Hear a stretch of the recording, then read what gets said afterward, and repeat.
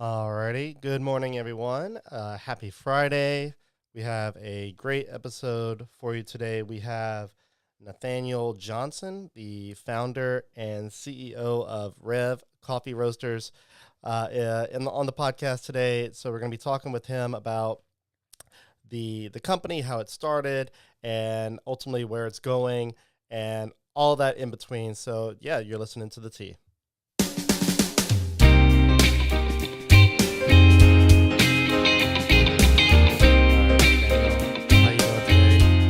Great. Thanks for asking. How about yourself? Pretty good, man. Pretty good. There's tons of little sinuses and other illnesses going around. So I told you a little bit that I had a little bit of sinus pressure, but other than that, everything's great and groovy. Uh, so I want to get started and just kind of have you tell me about yourself and kind of give me the Nathaniel that nobody knows about, at least as far as like entrepreneurial basis go. Like, where are you from? Where did you grow up? How, like, kind of give me the baseline of who Nathaniel is before the Nathaniel that everybody knows now in business. That's a good question. I don't think I've ever been asked that. Good. I'm sorry. Go ahead. No, you're good. No, you're good. So I'm from Eunice, very small town. I'm pretty sure at the time it was a little bit bigger than what it is now. But about 11,000 people in Eunice. I grew up in a very the countryside of Eunice. We call it the old Mamu Water Tower, which is my neighborhood.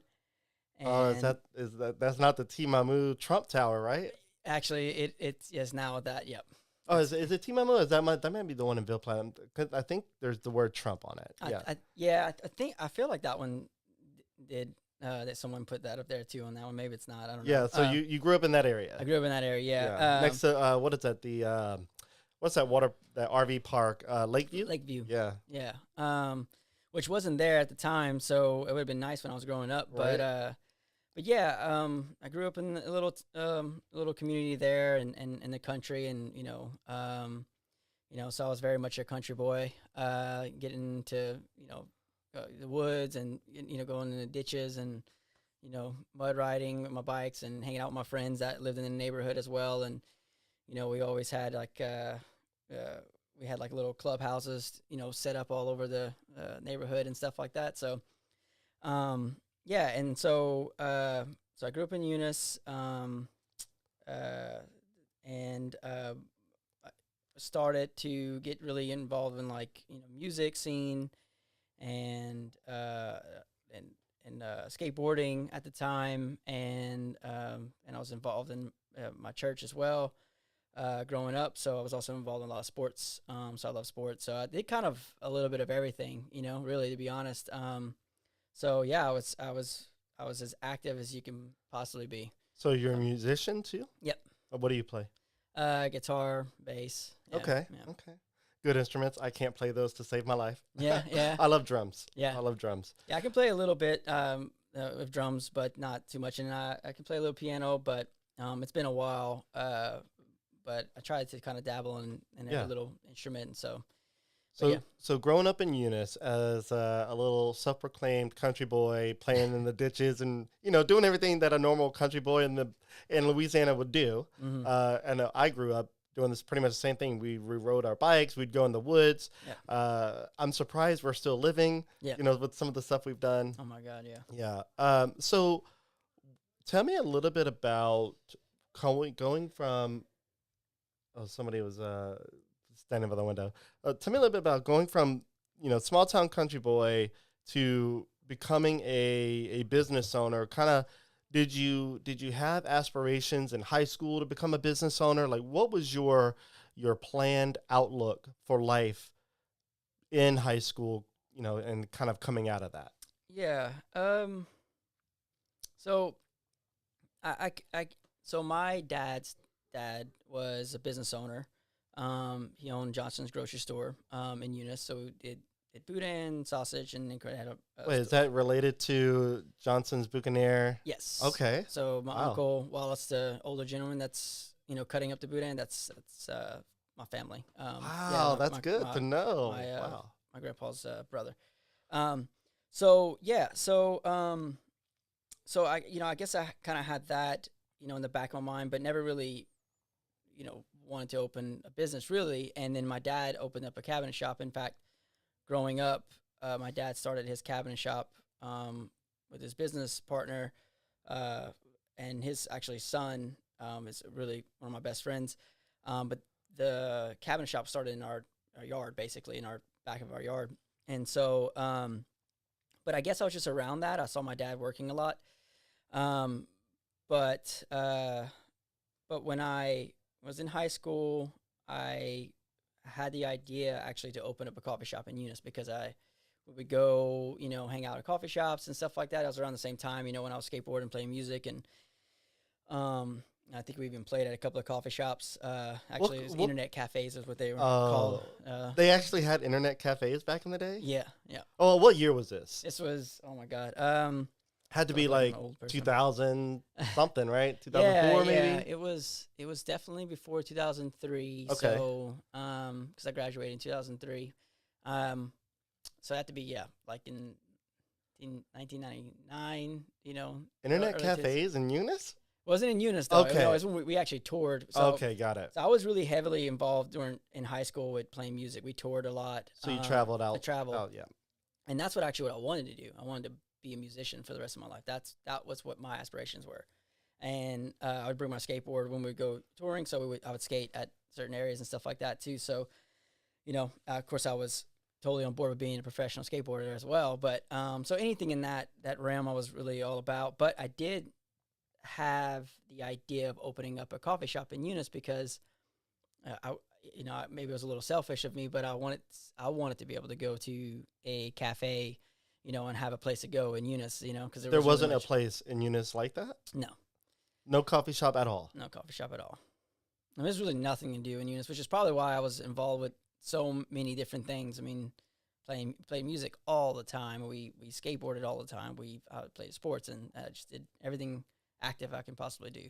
So the only experiences really that I have with Eunice, besides family members living pretty close by there, because I grew up in Pine Prairie, Turkey Creek, so not far away from Eunice. Not far. And coming of age, where I can drive, I was big into the lowriders, trucks, and all that good stuff. And Eunice surprisingly had a pretty decent lowrider truck scene. Mm-hmm. They had a car show there and everything, and so I was big into that. And so I had a couple of friends in Eunice, and we would go hang out. I think at the time it was Winn-Dixie parking lot, and of course, yeah. And then I think there was other. It's always parking lots, and then Sonic. I don't know why Sonic is a big hangout for like car people, but even in Lafayette. So yeah.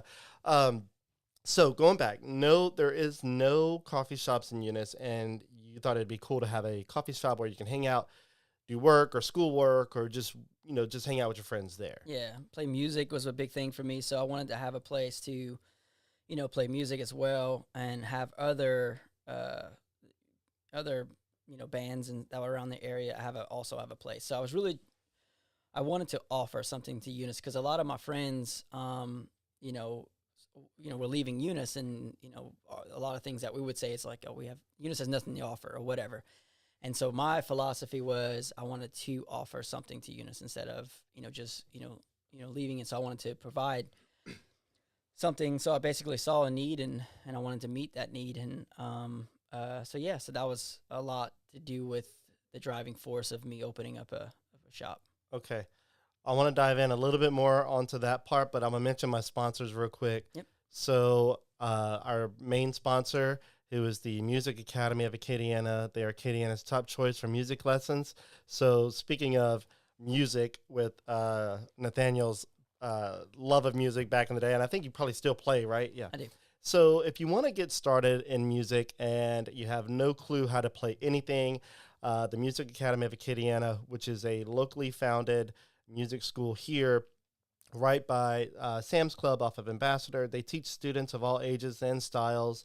So you can't be too young or too old, or you can be a beginner, or you can't be too much of a professional to learn another instrument. They teach guitar, voice, drums, violin, saxophone, flute, you name it, even audio production. It's founded by Tim Benson, who is a UL Lafayette music school graduate, and he's also been in several bands, especially in the early 2000s. But he just started an emo cover band. So, and they've been wearing the whole emo get up with the swoop hair and all that. It's really cool. Really good music, actually. They're really talented. So if you want to learn music, check them out. They've won several local and national awards. They've been on The Voice and American Idol, all that good stuff. And their goal is to make music lessons fun, educational, and to help foster the next generation of musicians and creative thinkers. You can check them out on their website, the music school, no, Music Academy, Acadiana.com. So I know there's a lot of terms there, but Music Academy, Acadiana.com. Check them out. You can enroll, I'm pretty sure, from their website. They have about 500 students in and out each month, so they're well equipped and fully staffed. And then we also have our tech sponsor, The Orchard. The Orchard is Acadiana's only Apple authorized service provider. So if you have an Apple product that is broken or you need repair, you need your screen fixed, The Orchard can do it. They have 2 locations in Lafayette, one by Buffalo Wild Wings on Ambassador and one by Super One Foods in Karen Crow. And they also have a third new location in New Orleans. So if you need help, if you need to buy a new product, or if you need one repaired, or if you need your battery replaced, because my battery, I think, is about shot. My phone's about 2 years old, and that's typically when you get a new phone. But I don't want to get a new phone right now because, my phone still works. I think I need a new battery. So I'm going to give The Orchard a call and see if they can help out. So, check them out, theorchardstores.com, locally founded as well, good local companies. And we're going to get started again with the show here. All right.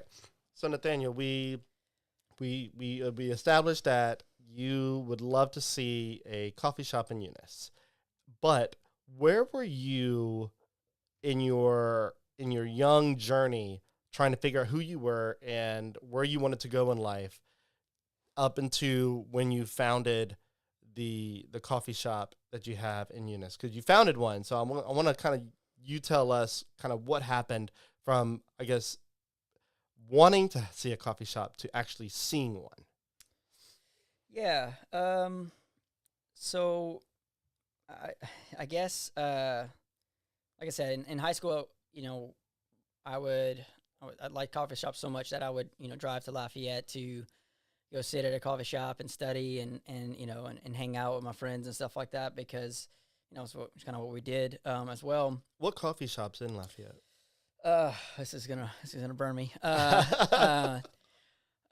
So do you want to avoid the names? That's no, fine. no, I don't. It's fine. We're all were once there. No. So I would go to Barnes and Noble's big. So I go to Starbucks and Barnes and Noble. That was one of my. A bookstore. Yeah, it's a great spot. And then I would go to CC's but I think my first love in the coffee was I don't know if anyone remembers this, but Coffee Beanery. Oh yeah, Coffee Beanery was my jam. That was my favorite shop. They had this drink called the Caramel Chiller, and that's the drink I would always get when I go to the mall. And then they opened up their store outside of the mall, and then that's the one I would go to on a more regular basis. But it's no longer in existence. But it's kind of funny because there's a weird evolution in that too, because I'm pretty sure the store that I would go to, the guy that was working and managing it ended up being and working with me at Mosaic. So the first shop that I loved coffee with we ended up working together in coffee. So it's kind of an interesting situation. Wow. So basically I wanted to do music. That's really what I wanted to do. And when I graduated high school, I took like a semester off. I just worked the summer, and then the first fall semester, I just worked with my dad's shop, building cabinets and doing kind of that construction work kind of situation, building houses and stuff. And still had a desire to open up a coffee shop, but I really want to do music. But when I realized that music probably wasn't in the cards, one of the main lead singers ended up leaving the band, and so then it just kind of started to fall apart at that point, and it was that whole thing. So after that, I remember studying actually in my room in college, and actually went to school for business. So I was like, okay, if I'm gonna go to college for anything, I'm gonna go for business, because I mean that's gonna be my fallback plan, was opening up a business. Yeah, and it seems to make more sense. Yeah, and it was seeming more practical, and we were doing merch, and I was kind of part of the merch organizing and money situation of that band a little bit, and so when when the band kind of started to dissipate, and you know I started getting more involved in college and business and stuff, and reading more books, I was studying in my house, and I remember kind of a pivotal point. I was studying, and then my sister and her kids were at the house, and they were like yelling and screaming, and they were actually living at the house at the time. And I was like, oh my gosh, I was like, I need a place to study. Like this is not conducive for study environment, and Right. so that was like, all right, I got to do it. I got to open up a coffee shop for Eunice. I don't want anyone having to not have a place. So yeah, so that was kind of, I guess, the whole process in a nutshell. It was kind of tough, because I mean, I didn't really foresee me doing this, to be honest. I didn't really. It was always kind of like this idea in my head, but it was really music. But when that became not a reality, this was like my fallback kind of plan. So my future, so to speak, was kind of not what I thought it would be. But obviously it turned out Yeah. the way it did. Yeah. Okay. So you founded the first coffee shop 15 years ago, correct? Yes. And did you say the name of it? Cafe Mosaic. Cafe Mosaic. Actually, somebody just commented, Tristan Barden, I love Cafe Mosaic. Thank you. I really appreciate that. So what was the I guess the idea behind Cafe Mosaic? What was the aesthetic like? What was the brand feel, I guess, initially with that coffee shop? Because it's still in business. Yeah, it is, and very grateful for that. Never would have thought I would be here, but yeah. So I mean, honestly, I didn't really know anything about running a business. The only kind of background I had was construction work. I didn't even work in the customer service business. I never had that type of job.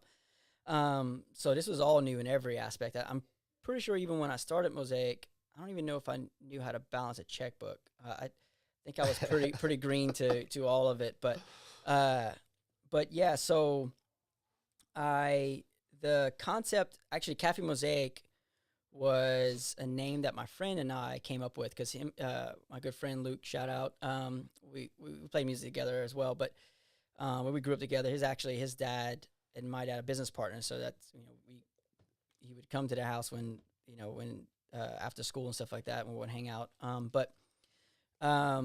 So we had actually the name of Cafe Mosaic, and the idea was that Mosaic was an art piece, because we're also I like to draw and stuff like that as well, but it was a collective of different pieces making this beautiful art, right? It's like you have all these different shapes and sizes and colors and everything like that. It can make this art piece, and so the way that we looked at coffee shops, or the way I looked at coffee shops, is it's a collective, people from all over, all walks of life, kind of coming together, sharing over a cup of coffee. So it was a great equalizer. It's a great bridge.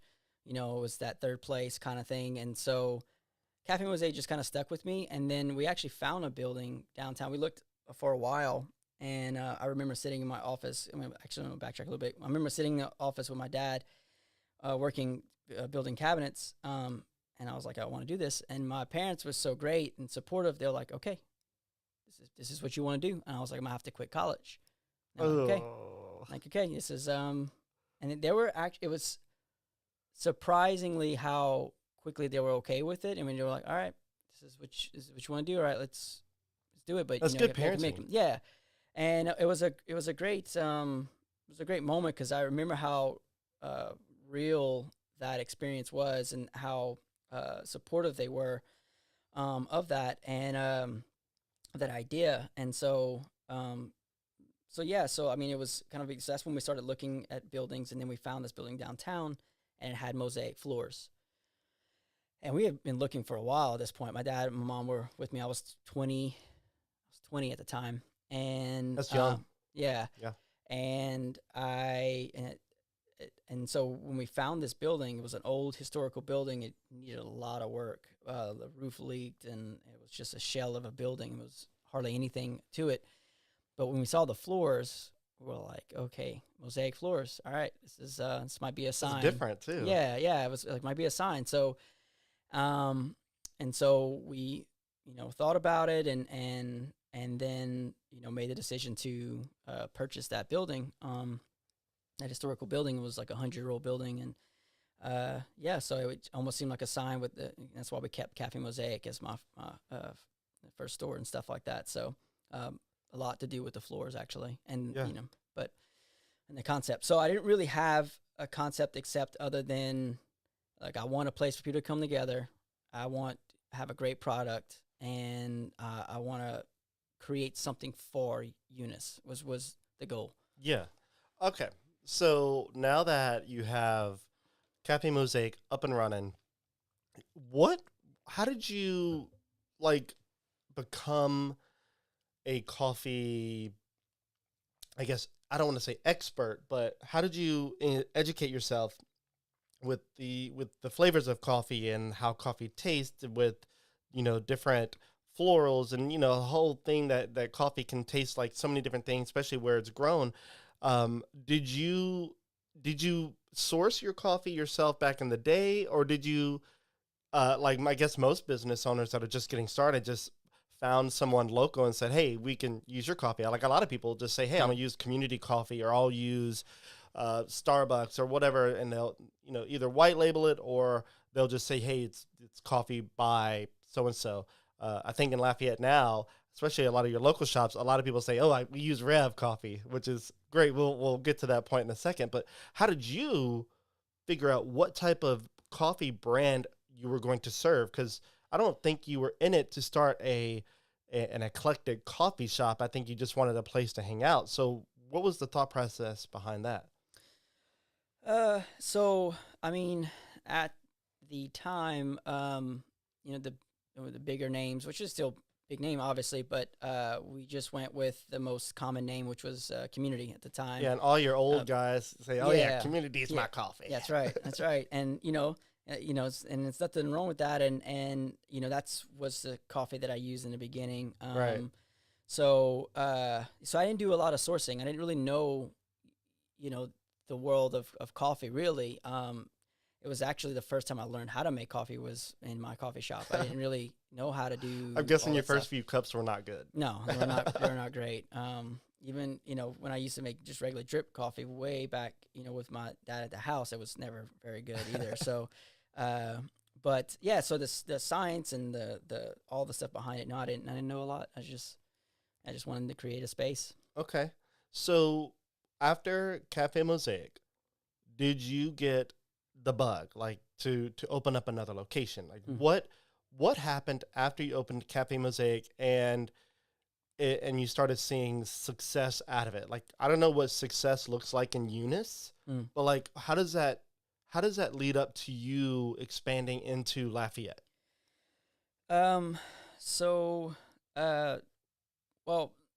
for me, when I started Mosaic, one of the things that we worked, tirelessly every day to build that place up, because I did all the work myself, in that building, because like I said, it was the roof leaked and stuff like that. So I poured my heart and soul into it, blood, sweat, and tears. That's in a literal. I don't even mean by that figurative. I mean literal.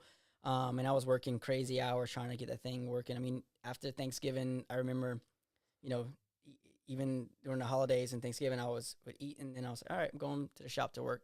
To work on it, to fix it up, to get it open. It took me about 6 months working on it every day. So for me, this was it. I wasn't planning on opening up any more stores. I didn't really know how to open up any more stores. I didn't even have a bug per se. I remember actually someone asking me, hey, you plan on opening up in Lafayette?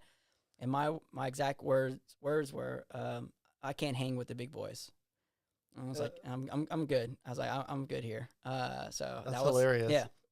So that was my exact words. I can't hang with the big boys. So yeah, I never had a plan to come to Lafayette. Okay. So how long did you run Cafe Mosaic as a single operation? So actually it's crazy because in the first year, which I was working, I mean crazy hours, which I tell this story a lot, and it's only relevant in the sense that like, I was all in. I opened the business and I, I did whatever it took to be open. So I was there from open, I was there to close. So close to 17 hours a day, every single day. And I actually was approached by the hospital in Eunice to open up a kiosk. So I actually opened up a kiosk, second location, in less than a year. Which was just a kiosk. It was a great deal, and I thought, okay, this is great. This is awesome. And a kiosk, I mean, that's kind of a simple expansion. Yeah, super simple. Kind of, see what that's like. And in the first year, there's some ups and downs. It's kind of discouraging in a lot of ways, but because sales wasn't that great, and so the second location, I thought, okay, well, it's gonna build up a brand, because I remember one story told to me when Subway first opened up, like the first store, they were about to shut down, and one of his advisors said, "Hey, open up a second location," and he was like, "Well, I'm not barely making it in the first one," and said, "No, just do it." And so when he opened the second location, that brand recognition kind of like, oh, he must be doing well. So that was kind of my same philosophy, and so when I opened it up, man, it did not do well at all. It did well for like the first week, and then it just plummet. So you're talking about the location, the kiosk. Yeah, kiosk. Why do you think it didn't perform? I think the coffee culture wasn't there, and I think so many people were prone to getting free coffie in the hospital. Oh, yeah. So people didn't want to pay. I mean, no one wanted to pay. They come to me, "Is this not free?" I'm like, "No," and like to turn away and walk away. And I mean, we were making like $10 a day, $15 a day at the. Wow. It was bad. It was really bad. In fact, it was so bad that it actually almost tanked my other business, the main location on downtown. So it was very close to closing down. So I had to shut that second location, down, and just kind of focus on the store. And that was very humbling experience, because it was really tough, because I had to do a lot of things in my business that I wasn't wanting, or wasn't really willing to do. And in business, you really gotta make adjustments. You have to, I always quote Bruce Lee, you gotta be like water. You gotta, it'll be a cup. The water will become the cup, or water will roll over rocks. So like in business, so you gotta be versatile in your dynamic. So you can't just be, two-dimensional. And that was a hard pill for me to swallow. Yeah. A lot of people in business, if you're not thick-skinned, because you gotta have a thick skin in business, especially in the beginning. That could have easily discouraged you and caused your initial Cafe Mosaic location to struggle even more. Yeah, well, and it did. It did struggle really, a lot, and very close to failing.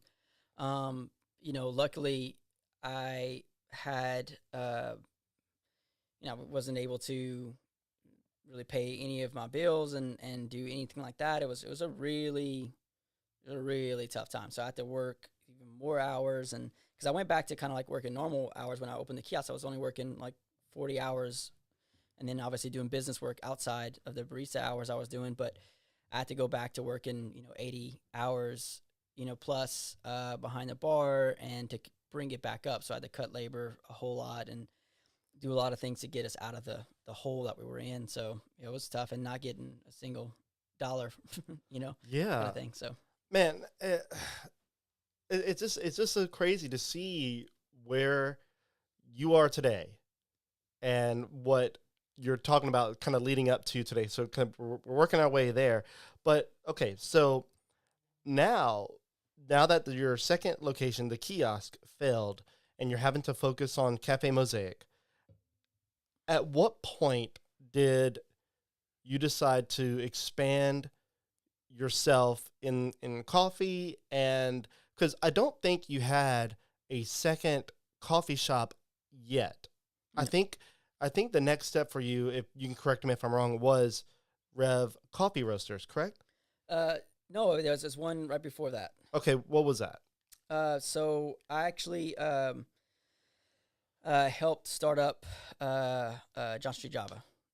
So Okay. that's I was asked to help open up that store before it opened up, and that's what led me to Lafayette. I was actually approached. In fact, actually, a community coffee told them to come talk to me. And at the time, there wasn't.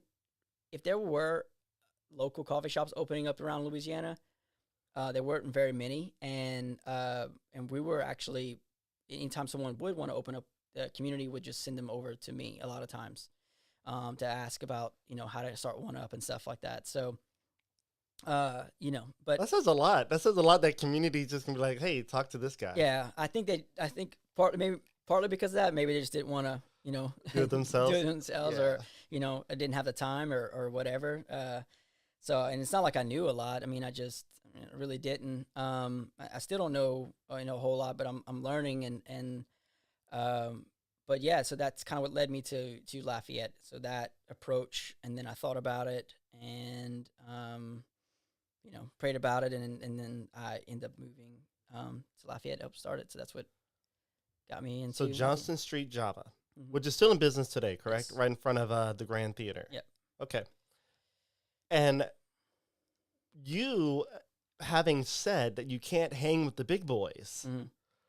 in your initial start of business, Mhm. and people asking you to expand to Lafayette, when did you, at what point did you feel like, okay, maybe I can hang a little bit?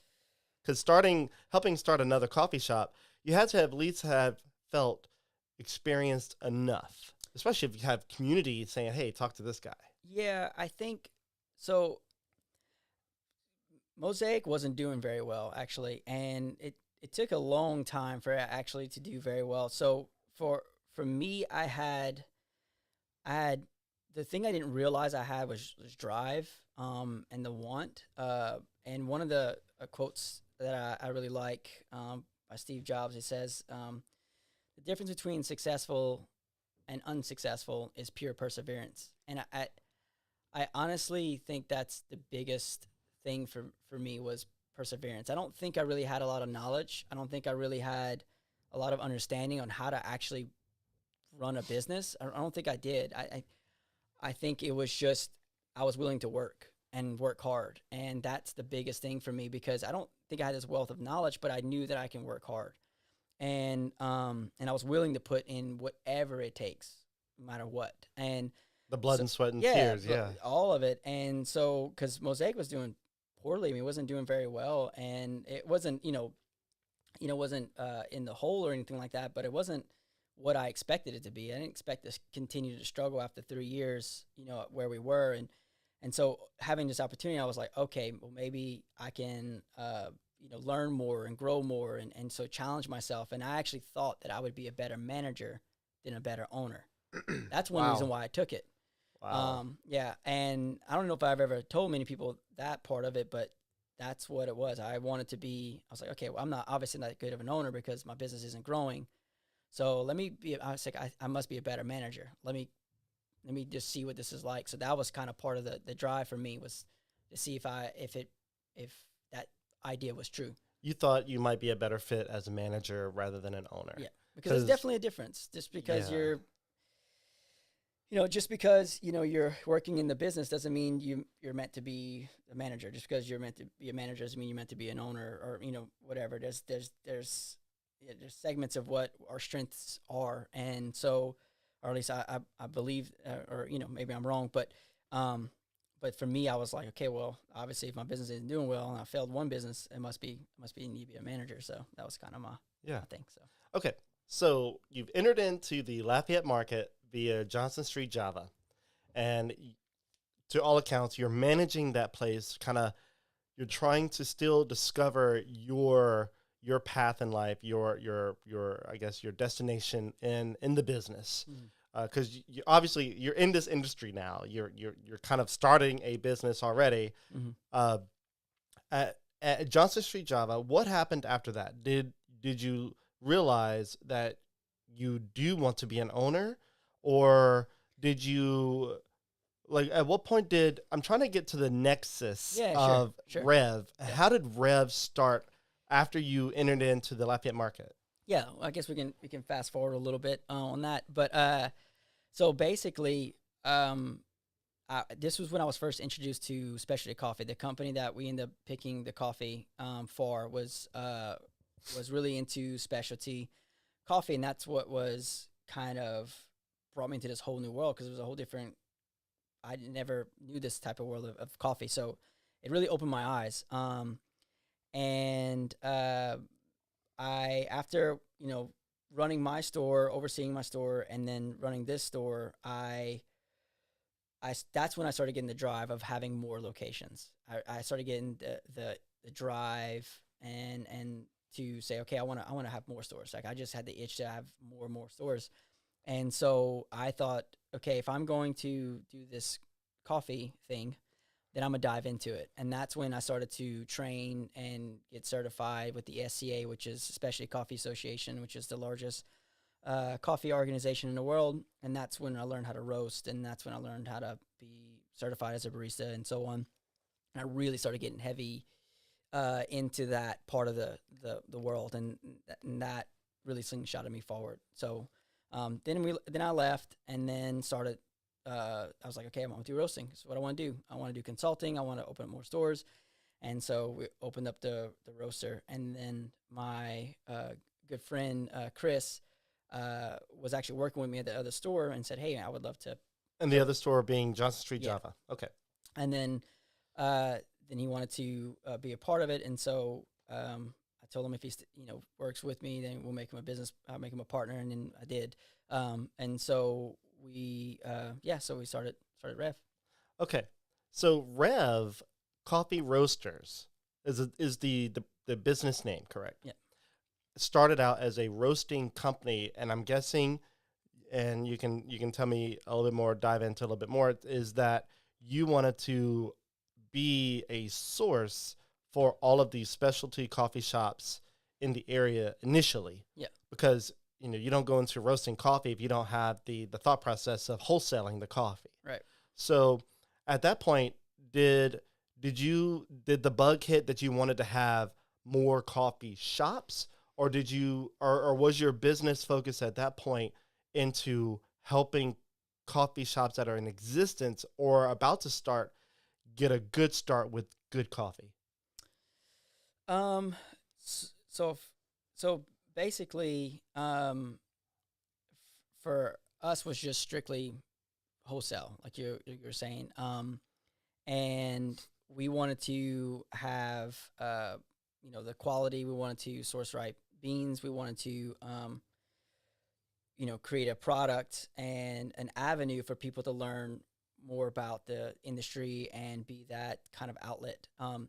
For me, it was kind of for me it was like a no-brainer because I had a shop that started to do well after I had no longer was working in it. Wow, that's gosh. Yeah. So that's when it started to kind of grow. Actually, you had great people in place. I did. I really, really did. In fact, the manager that was managing Alan, he's been with me for almost my entire business career, and he was amazing. And still works with us today. So it started to do a lot better, and we, so I was like, okay, well, I have my shop. I wanted to roast, and I wanted to be kind of behind the scenes and consult and stuff like that. And, but then I realized that no one cared who we were. It was kind of like, you're either the red and green giant, or you're, a West Coast, roaster. Like they wouldn't, if you were a Louisiana roaster and you were outside of the red and green being CC's and Starbucks, yeah, then you didn't really know what you were doing. So we're going to go with the people that we think know what they're doing, which is like the West Coast or whatever. So we had a hard, start. Yeah, we really did. It was very, very tough.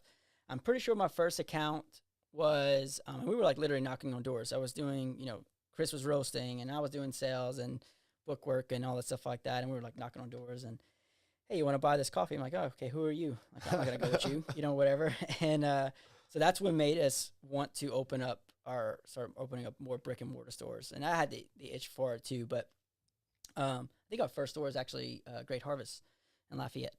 Oh, wow. First, Off of College Saloon? Yep. That was, I think, our first store, that first wholesale besides my own shop, which that was an interesting switch too, from community to our coffee. But yeah, so I don't know why it's so taboo, but it is. But yeah, so we started then we made a brick and mortar store, or at least a storefront, and then that kind of created a brand awareness, and then that's what made me start opening up more stores from that point. Okay. So you mentioned storefront. Your storefront was, I think, initially located off of Pinhook, correct? Mm-hmm. And it was in a house that's no longer there. I think there's a hotel. I think it's La Quinta Hotel now. Mm-hmm. And it was just like a house. And so you guys got started there, and you were there for what, maybe a year-ish, 2 years? 2 years. Yep. 2 years, I think. And then all of a sudden, breaking news happens that Rêve Coffee Roasters buys a location in downtown Lafayette, right on the corner of Cypress and Jefferson. Mm-hmm. And like everybody erupts, like, oh my God, this is so cool. And I think at that point, that's when you guys really became like someone being looked at, like, okay, who is Rêve? Yeah. And obviously it looks like a local group, but like, who are these guys, and like what makes them think that they just go straight into downtown Lafayette, which is, I don't know if at the time then was a goal for people, but now like being in downtown Lafayette is becoming a place that people want to be, mm-hmm. because of all the work, 25 years in the making mm-hmm. to make downtown Lafayette what it is. So like, what happened to your business once you guys announced that you were opening up a true coffee shop outside of Cafe Mosaic, outside of the Roasters, in downtown Lafayette, which is, a magnifying glass, I guess, of sorts? So, like, what made us want to? What made you want to do that? And like, what was the feeling of the company? Like, what happened to the company after that point? So it was kind of a weird storm. So we were at that particular location off of Pinhook, which we dubbed it the Bermuda Triangle of Lafayette, because it was such a hard place to get in and out, and it was just a weird it still spot. is too. Yeah, it still is. And so, I mean, I knew that going into it, but you were a roaster, so you didn't think that you were going to have walk-in traffic. Yeah, I wasn't really banking on that at all, actually. Well, so that place went up for sale. And we thought, okay, no one's going to buy this and keep these buildings. It's just not going to happen. And almost exactly around that time, I was approached about the building downtown. And no, at that point, if I remember correctly, no, there wasn't a lot of buzz around downtown. I mean, mostly the businesses that were opening up were like clubs and bars and stuff like that. It wasn't a whole lot of restaurants, and it wasn't, what it is today, which is, it's awesome to see, what it is. And I've always had a love for downtowns because that's where I started. Yeah. The heart, it's the heart of the city, and so Greg Walls, contacted me on, via email and said, hey, I got a perfect space for you. It's like, okay. So I went, take a look. And so I walked the space and I was like, all right, this is it. This is the spot. And this was on the side of downtown that no one really wanted to, be on. Yeah. Most of, and that's pretty normal, right? It always starts at one area and it starts to kind of move along, right? So we were just on the area that was the wave wasn't there yet. And so, but I love the building and I love being downtown, and I just, that's what I wanted. But at the time we just leased it. But I remember thinking, okay, let's do this, but let's do it right. Like, I want people when they walk in to feel like they're like, wow, I can't believe this is in Lafayette. I wanted to make it kind of an explosive, kind of statement. And so, and we actually didn't know where the money was going to come from. We actually signed a lease. I don't even think Greg knows this. I signed the lease, not knowing where I'm exposing all kind of stuff. That we were going to be able to afford the project, but we were able to get, the financing and stuff like that to do so. And we You took a leap of faith. took a leap of faith. Yeah. I was like, I'm going to sign this thing because I want it, and hopefully I can get it.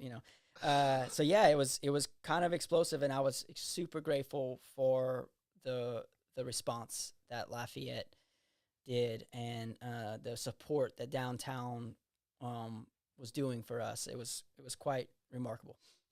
I remember when all that news broke out. Actually, it took me a while to try to figure out how to get connected with you, and I think a lot of help came from Greg Walls, because he approached me to let me know about it too, because he had been following the page, and I knew, I was like, okay, I've seen Rêve Coffee Roasters before off of Pinhook. I've seen it, but I didn't know like what it was besides a roasting company. I didn't think it was a coffee shop. And then when the news came out that you guys were opening up a location, and you were so, like, the company in all respects was new to people.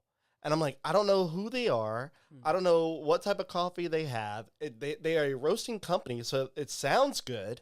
And then so I get connected with you, and I go look at the downtown space, and you're telling me about it. And I remember just being really excited, and I wasn't sure what I was excited for yet. I was like, it sounds cool, whatever it is. Like the thought process behind what you were telling me, I was like, okay, I think downtown's going to love it. But I was like, thinking to myself, there's nobody on this side of town. Like, there's an office building right here. There's an empty space right across the street that's been empty for what looks like 20 years. And I was like, there's not much. I mean, there's bars. Like, what kind of crowd is he like going to grab? Mm-hmm. And so I wrote about it. I don't even know if it was a post that did well. I'd have to go back and look. But to look at it today, it is by far, if you were to ask anybody that lives here at least, a couple of years, maybe 5 years, where they go to have like a business meeting, or what coffee shop do they like, they'd be hard pressed not to say Rêve. Mm-hmm. And it just so happens that in your beginning, you said you couldn't hang with the big boys. Mm-hmm. And I know you're a humble guy. I can tell, but like, I'm letting you know, like, you are the big guy in town. Mm-hmm. Like, when somebody wants to open up a coffee shop, they're like, okay, I'm looking at what Rêve's doing. What's Rêve doing? How they got their model set? Because people want to have business meetings at your place in downtown. And I know you have other locations. You have one in River Ranch, which is a great spot too. It was the Lab, who I think a good friend of mine named Thomas, who started it, and I think that was big news because at that time River Ranch was really starting to kind of blossom and grow. And then, with your original location in downtown Lafayette, it has become just this, spot that, hipsters and cool people and business people just want to be. Like, they may not even have a coffee. They might just have water, but they want to be in an area that feels alive, and it has a lot of, it's almost reminiscent of like a New York kind of hangout. Like, and you walking down the street and you see all these people like super busy and like drinking coffee and doing their normal day-to-day thing. It's like, it's so different. Did you envision Rêve being that? You could tell me the truth if you want. I mean, that's what I think. I mean, anyone going in business, I think we want to create a great space that makes waves and stuff. But I don't think, I know I didn't think it was going to be kind of what it's becoming. And if it is even, it's still kind of jarring to hear that it's like that, or even considered that. It's still weird for me to hear that, because I'm still the country boy from Eunice, kind of thing in a way. I love it. So like, I'm just trying. I always tell people this. I'm just trying to make my stake in this world. It's really. I'm just trying to create a great environment and atmosphere, and hopefully that it succeeds. I mean, when we made the move to Lafayette, Mosaic wasn't doing well. When we made the move downtown, it wasn't like we were doing well. We didn't have really the numbers. wasn't like we were doing well, and that's why we moved. I made a decision because I love the downtowns of places, and I love Lafayette's downtown, and I wanted to, have a kind of an explosive kind of environment, and I wanted to create a space that was unique. And I always have the saying that, when I do consulting, is that your customers will invest what you invest. So if you're not going to put in the effort and the investment, they're not going to take it serious, so to speak. And so for me, that's what I wanted for downtown. So it's kind of crazy to, I still kind of hear people say certain things. I mean, when we first opened there, people were saying we're going to lose the shirt off our backs, and this is not a good location, and all these things like that. But, because at the time it didn't look like it. Yeah. Yeah. And so now people are moving into downtown, and whenever they consider what part of, I mean, let's just be honest, Jefferson Street is the pinnacle of being in downtown. Like if you can get on Jefferson Street, you quote unquote made it. And so when people look at Jefferson Street and the landscape, there's, back then they didn't have a whole lot, but now you have, where Spoonbill is, that's really starting to blossom, and Rock and Bull built right there. And then you kind of got the middle zone where Sola violins and Tula and Central and all them are. And then you kind of shift to where your side, and now you're having, the candle shop, the bougie bar there. You have I think a few salons right there. And then a lot of that came after you guys have moved into downtown, which is, you're kind of a catalyst for that area of downtown. I mean, I think Dat Dog came into downtown on that side. I mean, directly across from you in that building that had been vacant for years. And obviously they didn't make it for whatever reason. I don't know the details behind that, but you guys have helped downtown Lafayette become a lot of what people have wanted downtown Lafayette to become. And I know you probably didn't see that, or didn't have that I guess foresight, but it's really amazing to see a lot of the people wanting to be around your coffee shop for whatever reason. I know the traffic and just the feel. Maybe it's the smells. I don't know. Yeah, maybe so. I'm not too sure. And for me, almost every leap that I've ever done, there was a lot of, I would say, blinders. On me, I was just really focused on what I was doing, and that was it. Like it was just kind of my head in the ground, so to speak. Just doubling down on what I have to do, and hope for the best. And just kind of naively, or is that even a word? Believe that it would work. Or that I would do whatever it takes to make it work, and had a vision. Hopefully it was portrayed in that way. So it's still always great to hear, and I'm always still humbled to hear that, that we are the, people say, we're a catalyst. And I think some of it just has to be right time too. We were kind of lucky in that sense that we hit it at the right time where downtown was wanting more. And just being a part of that right in the very beginning stages, I think was kind of somewhat of a luck in a way. And, so I think it was several stars aligning, pieces. So yeah. I think you guys hit it out of the park, as they say. So we're approaching an hour here, and I want to kind of fast track a couple of some of the points that you have coming up. So in regards to the future of Rêve and you as an entrepreneur. You guys are doing a few other things. So you obviously have more locations now. Yeah, I think you have is it Campus Grounds? Okay, which is a great name. I mean, it just makes sense. So you have Cafe Mosaic, you have Rêve in River Ranch, you have Campus Grounds. What are the locations? Is that all the locations in Lafayette? That's all the locations in Lafayette. Yep. And then you expanded to Baton Rouge. Correct. Okay, and you still have that location, right? Correct. Yep. Okay, so is it 5 locations total? 5. Okay, and then you sent me over some bullet points of different things that you guys have going on, and a couple of them I'm interested in hearing a little bit more about, and you can touch on it as deeply or as shallow as you want. But you started a real estate business, and the name of it grounded real estate. I love it because everything revolves around coffee.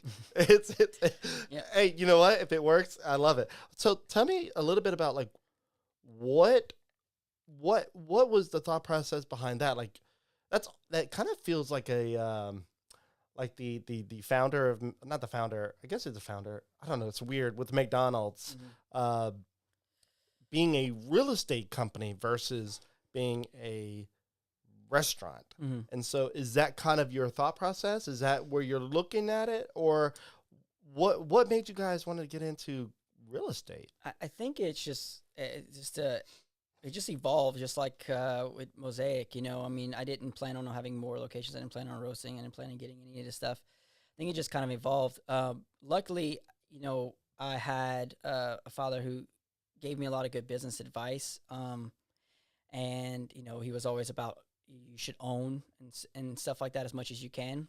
And so, we bought the building downtown. So that was my first kind of big purchase. Yeah, big purchase of real estate, which I still didn't really grasp the idea behind it. But I was like, okay, we own it. That's good, kind of thing. But I didn't really think, okay, I was gonna own more buildings or anything. So, but yeah, I mean, we had in our, in the beginning with Rêve to possibly buy it in our contract and stuff. And so I started reading a lot of business books through all the years, and one of the biggest business books I read was Rich Dad, Poor Dad, and that whole world of real estate started to kind of change for me, and I started getting really interested in real estate, and that's when I started trying to make as much purchases I could if I could, and then we actually during that time we actually opened up or bought a coffee shop in Opelousas as well. Java Square was a shop that I was running as well, and then we end up selling Java Square and then buying the building. And so it's kind of like it's an old historical bank, and it's awesome, beautiful building. So I kind of got in the right place at the right time kind of situation when it comes to real estate. I'm not like actively looking in a way, but it just kind of started to transpire that way. And if I could, I do, so. Yeah. Okay. Yeah. So, and then that's when if we're going to do this, I am going to purchase these buildings, I need to have a name. And so that's when Grounded Real Estates. And then Campus Grounds was a name because we wanted to open up at more campuses. And I was like, how can I make it franchisable at different campuses without actually naming it at each campus and kind of keeping it? So that's why I say Campus Grounds. So I guess in the Campus Grounds era, so you don't have any other campus locations at this moment? No, it never really transpired more than just the beginning idea behind it. And we had a couple of possibilities, and it just never kind of fell through. And campus was a hard business to run. I bet. I mean, opening through only during school hours and making that work. So that was kind of a tough situation. But I think 6 years now, 7 years. Yeah, it's been a while. And so you also started a tech coffee equipment repair company. Yeah. Called Grounded Real Estate, Good Grounds Services. Good Grounds, dude. I love it. I love it. Everything's coffee. Yeah. Okay, so I'm guessing with that, the local coffee shops that are around, you help service their equipment. Yeah, I think my tinkering mindset and starting in a job where it was a start and finish kind of situation with building cabinets. I think I love trying to work on equipment and figure it out and fix it. And so all through the years, I've learned bits and pieces of doing it. So I realized that there's no one that does it around here. So we decided to start, offering that. And so my cousin and I went in business together to start this. And so I kind of kickstarted it, fixing equipment. And we kind of did it on the side and telling people, hey, we could fix equipment, which we could, but we never really fully made it a business. We just kind of did it as part of our services, and then we started the business. And so Jacob is now kind of running it, and so he fixes equipment. So that's something that we offshoot. That became an offshoot of, just like the real estate situation with coffee, kind of was like an offshoot. I know, it all makes sense. So what doesn't make sense is this business venture. And it sounds very franchisable. So this is a business that you guys have opened up called Everbowl. Yeah. which is an acai bowl and smoothie shop. Yeah. I'm thankful that I've seen this word before and I've heard it said. So because if you were to tell me to pronounce this word without knowing it, I would have been like acai. You're right. So that's hard. obviously, Everbowl is not in Lafayette. Mm-mm. Where is Everbowl located, and what was the thought process behind that? Well, so we actually a while back wanted to open up partnered with another shop that does this type of thing in California. It's actually a franchise, this Everbowl situation. Okay. And so we actually, the first evolution of it wasn't a franchise. We wanted to partner with these guys that were opening up a couple of these types of places and having a coffee element to it. And probably about 4 years ago, I got really, really big into health and food and what we put in our bodies. And so I started, for a lot of reasons, why I jumped into the health world, personal stuff and just wanting to, have a healthier body and stuff like that. So that kind of kickstarted this whole situation because acai is like super, high in antioxidants and all this other stuff like that. What is acai? What is that? It's like a berry. It's like got it.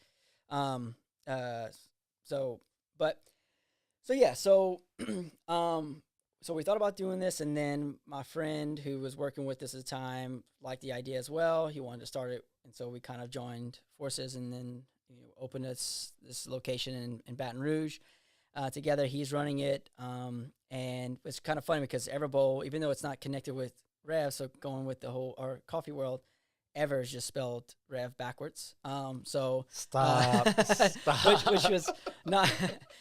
Which wasn't like necessarily the plan, but it's just like it worked. It's all coming together. Wow. But yeah, and so we got some plans with that situation, and so that was another kind of completely different in a way, but still kind of part of my passion, if you will, which is health, and wellness and all that good stuff. It's very important, and so that was part of this project. Where's Everbowl located? It's actually like 2 doors down from our Rêve location in Willow Grove, right off of Perkins. In Baton Rouge. Okay. Baton Rouge, yeah. I had a feeling it was probably in Baton Rouge because that market probably seems like the better fit at the moment. Mm-hmm. A lot of people in the comment sections of anytime I write about a new restaurant, especially if it's a high fatty fried restaurant, they always ask, why can't we get more healthier options here? And I usually comment with something funny or snarky. I'm like, honestly, people like brown food here. So right. Yep. Everything we eat is brown. It's fried, or it's dark. It's roux. It's all based around gravy. Mm-hmm. So what would it take? I guess what would you have to see to try to bring this to Lafayette? Like, or would it be a particular location in Lafayette? Like, you would feel like would grasp it better? Like, is there a plan to bring it to Lafayette? Like, what are the hopes for that? For Everbowl? Yeah. There's talks with us doing that. So kind of oddly enough with that situation, we actually got into the franchise right before Drew Brees bought into it. So Drew Brees bought the... Drew Brees is in everything. Right, he is. And so he bought the Louisiana territory. So okay. Any store that opens up, he's part of that franchise in a way. So we're actually, going to be trying to work with him and his team to have more stores possibly. And so that's kind of, I don't even know how much I even should say of that. But, so yeah. Yeah, got it. Yeah, let's just cut that one short. I get it. All right, man, look, I love the story. I love the direction that you guys are going. You guys are great owners and great entrepreneurs and people that I think a lot of entrepreneurs in Lafayette, especially in the coffee world, look up to and, aspire to kind of, for lack of better words, emulate the processes and kind of the feel that you guys have created in the coffee scene in Lafayette. So kudos to you guys for doing that. And Chris Pickle, correct? Yes. Yeah, I love that name. Yeah. You guys are doing great things, and I'm not going to go into all the different awards and accolades that you have, because there are several, but you guys have done great things, and I really appreciate you taking the time to come out I and talk. appreciate you let me be a part of it. This is awesome. Really, Yeah. really appreciate it. So, is there anything that we haven't said before we close out and let people go that you guys want to talk about? Stay tuned. We got a lot of cool things coming. So, yeah. So just keep watching on our social media to see what's going on. All right, look, I love it, and always a little teaser there, so that's good, man. Look, again, thank you for coming on, and I look forward to seeing what you guys do next. All right. Thank you. All right, guys, and you can listen to the audio version of the podcast as well on any of the podcast services that you use. So if you use Spotify, Apple, Google, there's I think Alexa, I think Amazon Alexa, we're on there. So if you want to listen to this episode and all the other ones that we've done, you can. Or if you just want to watch them, we have our YouTube channel, the T Podcast. It's our purple logo. And then also you can go to our Facebook page, the T Podcast as well, and watch the video there. And so check it out. And we really appreciate you guys listening. And so that is it. Again, thank you, Nathanael, for coming on. Thank you. All right, that's it.